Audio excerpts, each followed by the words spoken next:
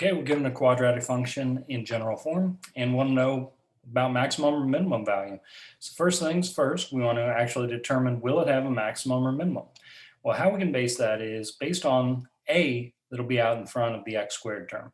In this case, a is going to be a positive value, a positive 1 sitting out here. So that tells us that the graph opens up.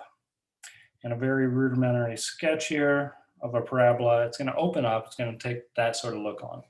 So this means it has a very lowest point at the bottom. We refer to that as being the vertex. So our next goal is going to be, let's find the vertex.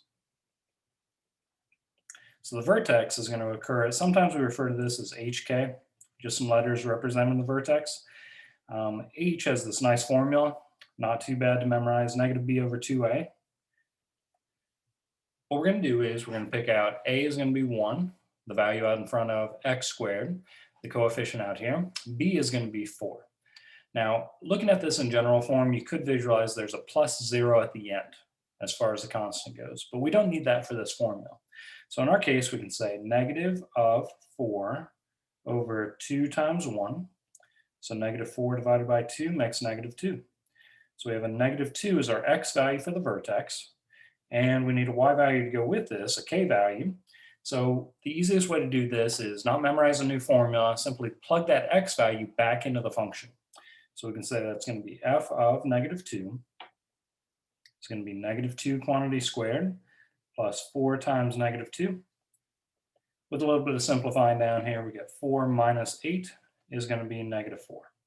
So our vertex is going to be at negative 2, negative 4.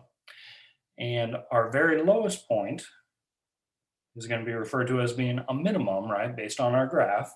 So our lowest point here is going to be at the y value of negative 4. So we say this is our minimum value is at negative 4. Now just to be clear, that x value, the negative 2, is the value at which the minimum occurs. So that can be a little bit confusing. Remember, it's the y value is going to be the minimum. The x value usually gets left out on these as far as answering the question, but if it is asked for, it'll be referred to as the value at which the minimum occurs. All right, hope this logically makes some pretty good sense and helps you out on finding maximums and minimums. Good luck with it.